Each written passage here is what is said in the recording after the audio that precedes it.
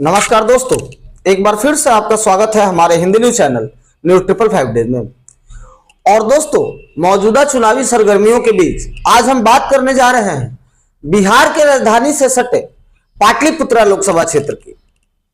जी हाँ मेरे दोस्तों, आपको बताते चले कि सबसे पहले तो पाटलिपुत्र लोकसभा निर्वाचन क्षेत्र भारत के बिहार राज्य का एक लोकसभा निर्वाचन क्षेत्र है जो 2008 के परिसीमन से 3 लोकसभा क्षेत्रों से लेकर पाटलिपुत्र लोकसभा निर्वाचन क्षेत्र बनाया गया था। दोस्तों, आपको बताते चले कि जहानाबाद से मसौढ़ी, आरा से पालीगंज एवं मनेर तथा पटना लोकसभा से फुलवारी, दानापुर व विक्रम विधानसभा क्षेत्रों को शामिल कर एक नया नाम दिया गया था। जहां पाटलिपुत्र लोकसभा में फुलवारी विधानसभा मुस्लिम और कुर्मी बहुल क्षेत्र है, तो विक्रम विधानसभा भूमिहार और मसौढ़ी में कुर्मी और यादव की बहुलता है। तो पालीगंज में लोकसभा इस प्रकार पड़ता है कि इस क्षेत्र में सबसे ज्यादा वोटर यादव और भूमिहार वर्ग से आते हैं।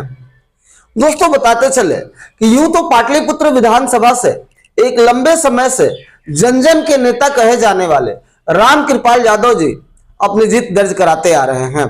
दोस्तों, रामकृपाल यादव की छवि जन जन में एक सिंपल नेता के रूप में की जाती है और आमतौर पर देखा गया है कि रामकृपाल यादव जनता के बीच में बिना किसी प्रोटोकॉल के हमेशा पाए जाते हैं। यहां तक कि रामकृपाल यादव को कभी कभी लोकप्रियता के आधार पर जनता के बीच में गरीबों के घर में खाना खाते भी देखा गया है।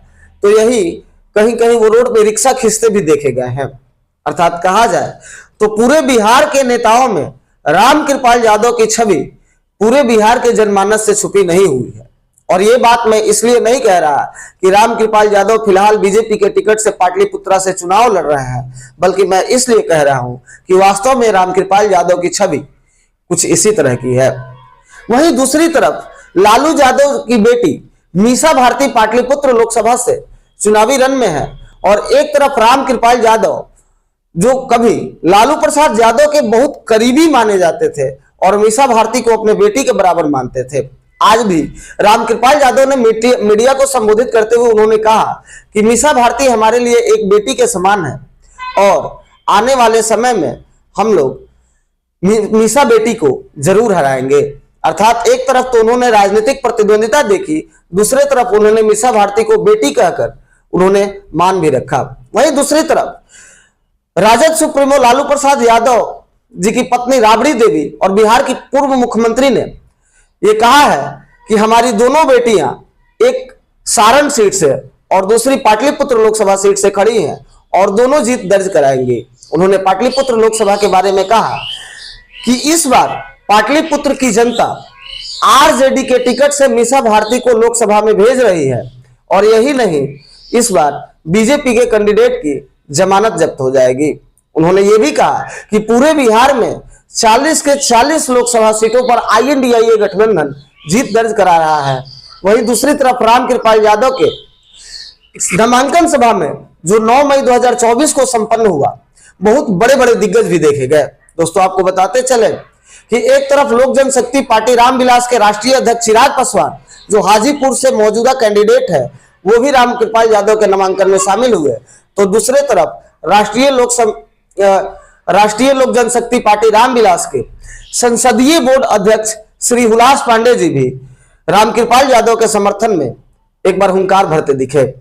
दोस्तों, अब देखना यह है कि पाटलिपुत्र की जनता किस पर भरोसा जताती है। एक तरफ INDIA गठबंधन से आरजेडी की उम्मीदवार मीसा भारती अपने भाग को आजमा रही हैं।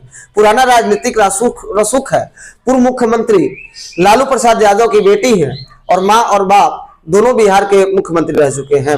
तो दूसरे तरफ बिहार के जनता के चहेते और जन जन के नेता कहे जाने वाले बीजेपी से खड़े रामकृपाल यादव जी हैं, जिन्होंने विगत कई बार से लोकसभा निर्वाचन क्षेत्र पाटलिपुत्र से अपनी जीत दर्ज भी कराई है और आगे भी कराते हैं। हम अब देखना यह है कि बिहार की जनता किसको चुनती है। हम न्यूज 555 डेज की तरफ से आपसे ये दरख्वास्त करते हैं कि न जात को और न पाट को वोट उसी को करे जो बात विकास की करे, चाहे वो उम्मीदवार किसी जाति, किसी दल, किसी भी धर्म से बिलोंग करता हो, यदि आपको भरोसा है कि ये उम्मीदवार हमारे जनता के वादों पर खरा उतरेगा और हमारा विकास सुनिश्चित कराएगा, आंख मूंद कर उसको वोट दीजिए। राकेश कुमार पांडे की report, news 555 days, Patna, Bihar. Rakesh Kumar Pandey की रिपोर्ट, न्यूज 555 डेज, अयोध्या।